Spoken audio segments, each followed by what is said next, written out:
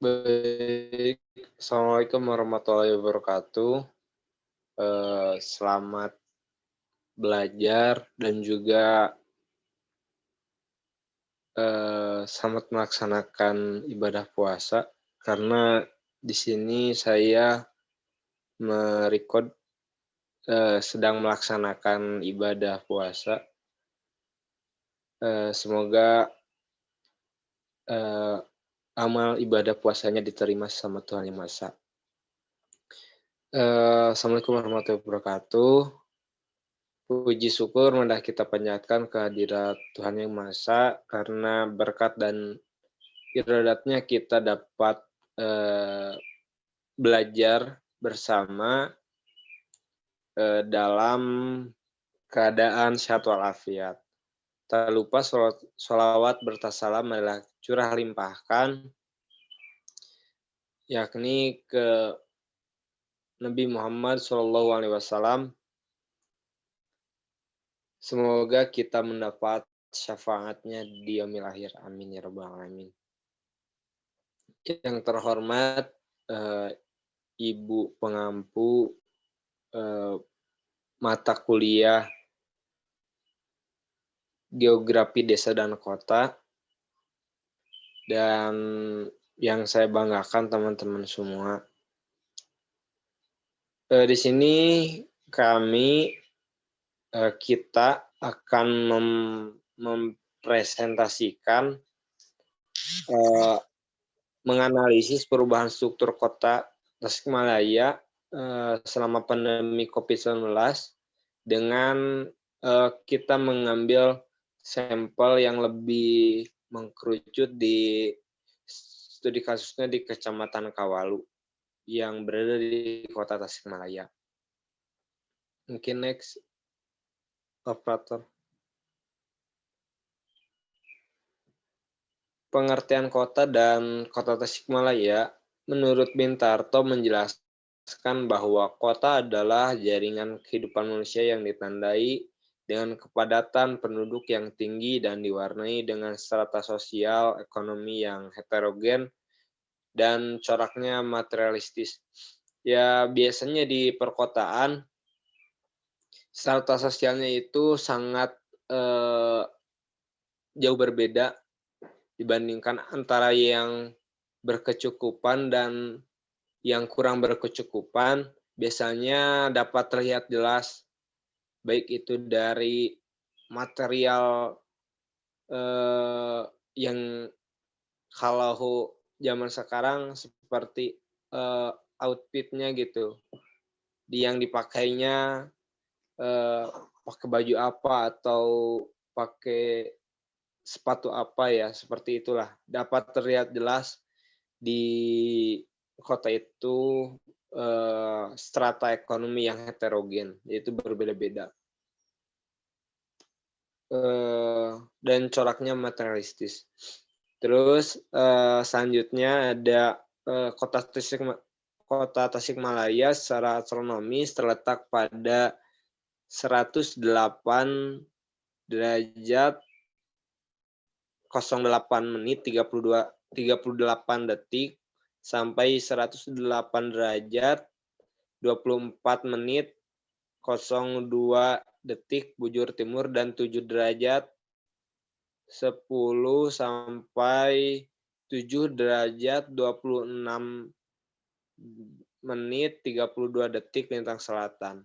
Kota Tasikmalaya secara administratif terdapat 10 kecamatan, diantaranya ada Kecamatan Kawalu, merupakan salah satu yang ada di Kota Tasikmalaya, terdiri dari 10 kelurahan. Kecamatan Kawalu juga dikenal dengan sentra bordirnya. Selain itu Kota Tasikmalaya juga umurnya cukup relatif masih muda ya. Kalau dibandingkan dengan saya ya hampir seumuran lah dengan saya gitu. Mungkin next.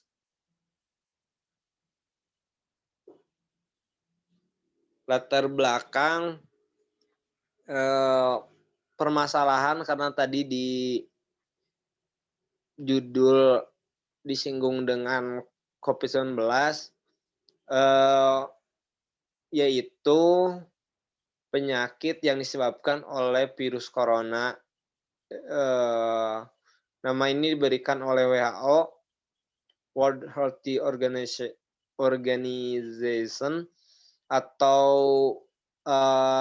lembaga organisasi kesehatan dunia. Sebagai nama penyakit ini, yaitu COVID-19 atau virus corona. Dan 19 itu tahun virus ini terjadi. COVID ini disebabkan oleh virus corona yang menyerang saluran pernapasan sehingga menyebabkan demam tinggi, batuk, flu, sesak napas, serta nyeri tenggorokan. Biasanya yang saya tahu virus ini menyerang saluran pernapasan misalnya. Jadi sesak napas, penderita itu susah napas jadi kekurangan oksigen seperti itu. Terus selanjutnya awal virus ditemukan pertama kali di kota Wuhan, Cina, akhir Desember 2019. Coronavirus ini adalah kumpulan virus yang bisa menginfeksi sistem pernapasan. Virus ini menular melalui percikan dahak atau droplet dan dari saluran pernapasan. Virus ini awalnya ditularkan dari hewan ke manusia. Cukup, next.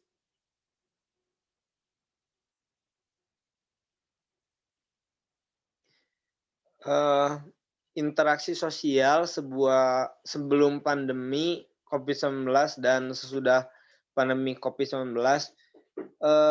Karena tadi saya mengambil sampel di Kecamatan Kawalu yang dikenal dengan Santa Bordernya. Interaksi sosial sebelum pandemi itu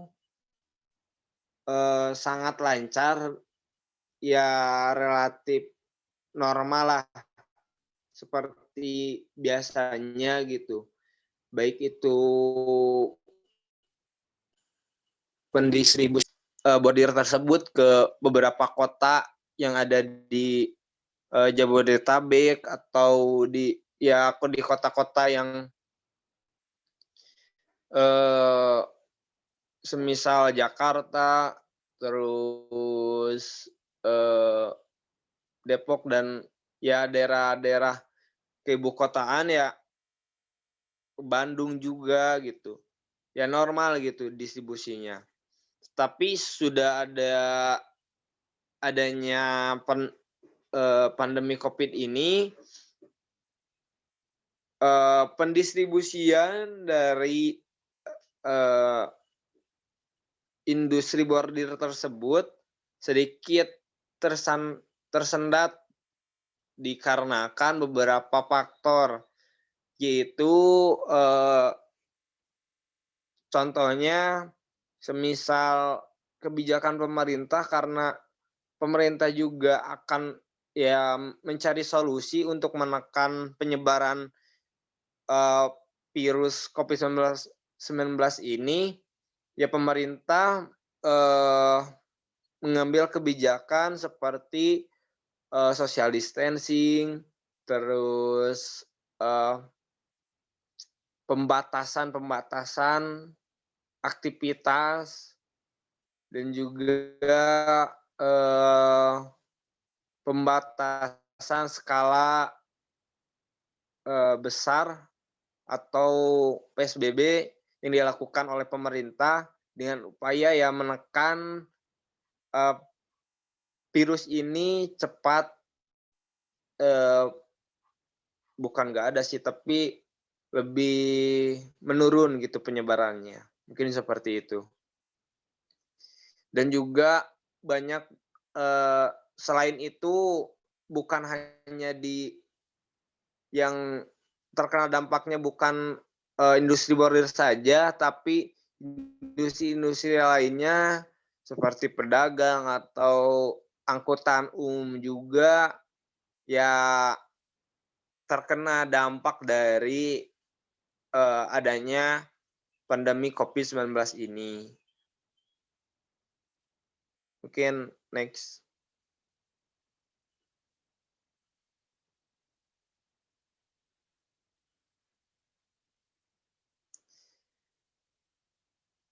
Selanjutnya ada dampak perubahan struktur kota terhadap masyarakat.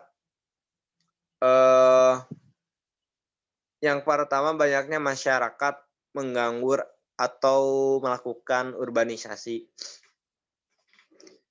Jadi kenapa dampak dari adanya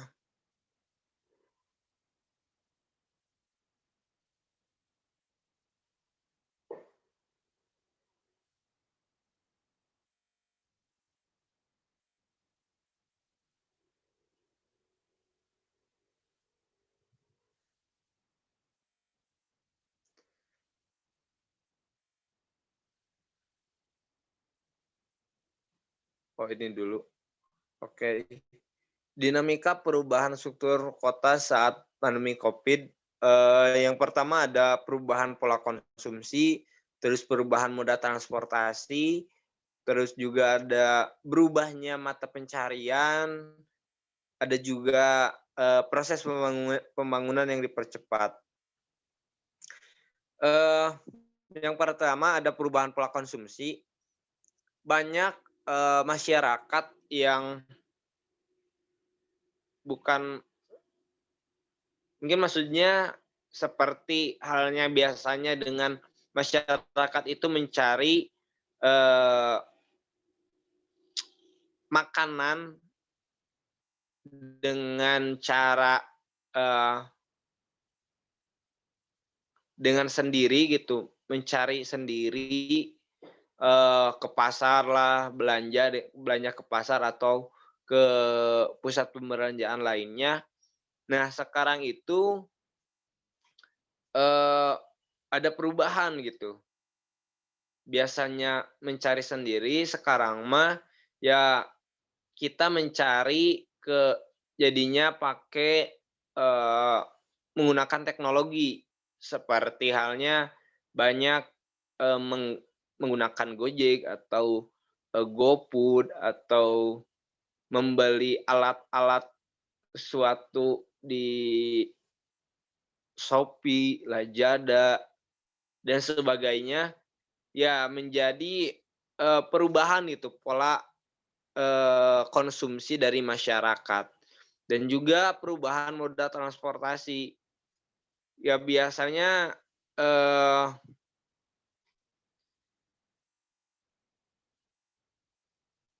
pemerintah itu mencanangkan ya ada penurunan lah penggunaan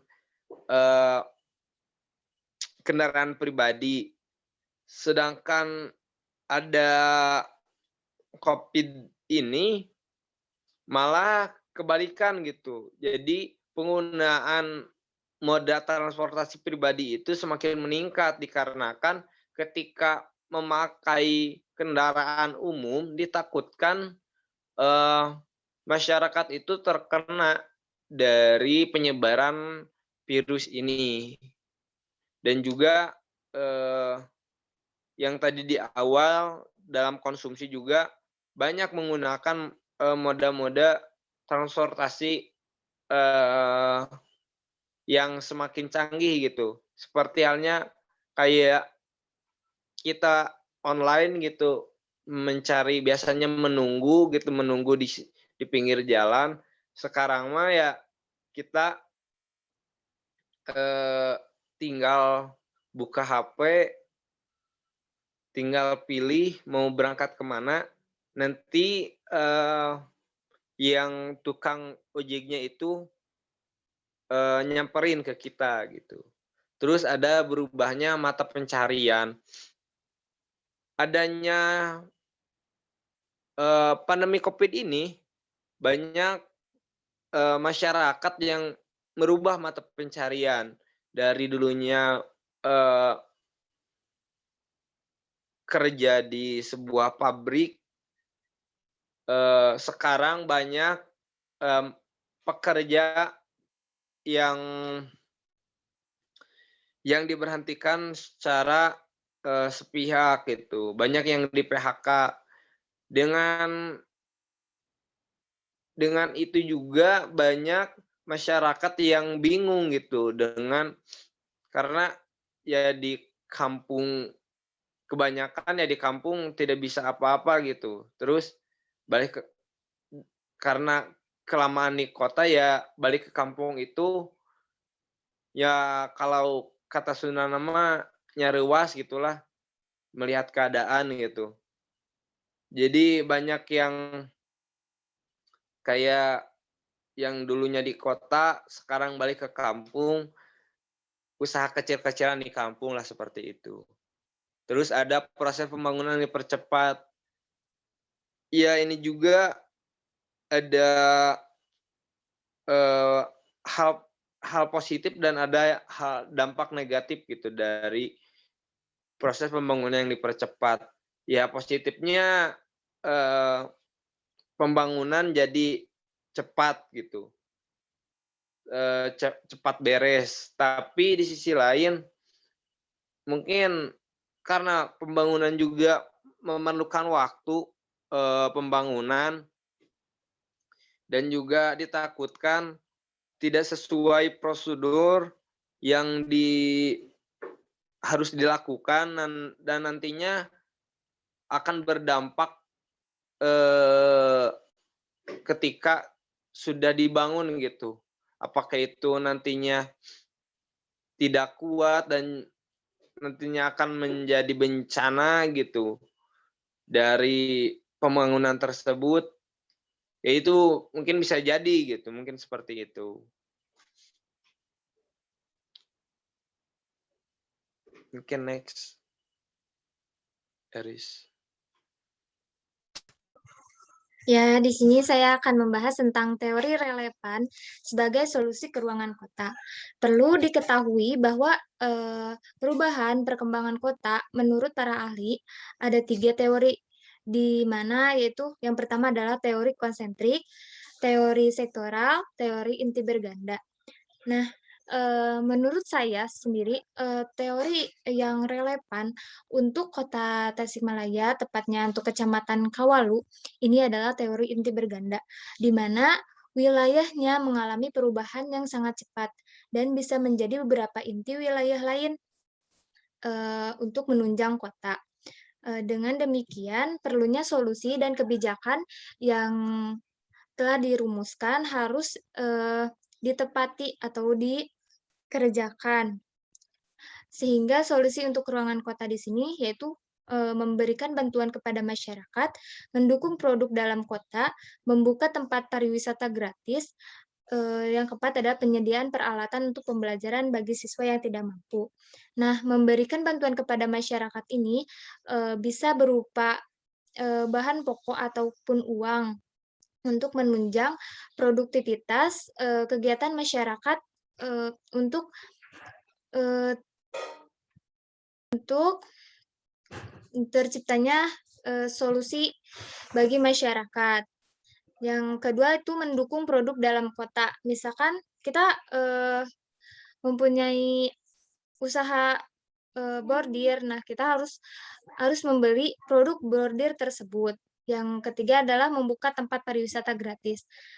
Perlu kita ketahui tempat pariwisata, di Tasikmalaya itu banyak, tapi, setelah adanya pandemi Covid ini, kondisinya semakin memburuk.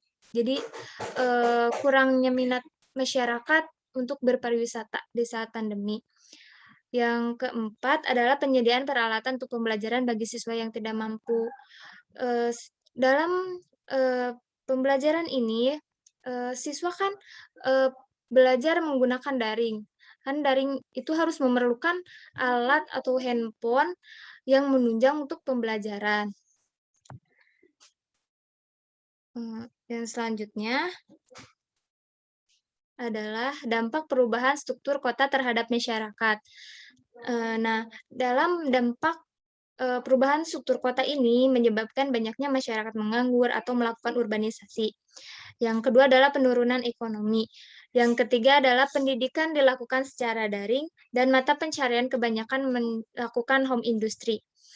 Nah, banyaknya masyarakat menganggur ini menyebabkan perekonomian baik individu ataupun keluarga akan mengalami penurunan pada ekonomi. Terus, masyarakat banyak berbondong-bondong urbanisasi, yaitu perpindahan dari kota, menuju ke kota yang lebih besar, atau dari desa ke kota. Yang ketiga adalah pendidikan dilakukan secara daring. Perlu kita ketahui bahwa dampak dari adanya COVID-19 ini, pendidikan dilakukan secara daring. Dengan demikian, siswa harus bisa menyeimbangkan antara, melakukan pembelajaran dengan sistem daring ataupun, eee, dengan, offline. Yang keempat adalah mata pencarian kebanyakan melakukan home industry, di mana, perlu kita ketahui bahwa adanya, eee, apa, pemerintah menyediakan UMKM untuk, menunjang kegiatan perekonomian masyarakat yang, sebelum sesudah pandemi itu mengalami menurun atau bahkan menganggur. Terima kasih. Mungkin cukup. Oke, mungkin seperti itu yang dapat kami jelaskan, dan mohon maaf bila ada kata-kata yang salah dan kurang, eee, kurang berkenan bagi yang, eee, melihat video ini. Terima kasih atas perhatiannya, billahi fissabil haq, fastabiqul khairat, wassalamualaikum warahmatullahi wabarakatuh.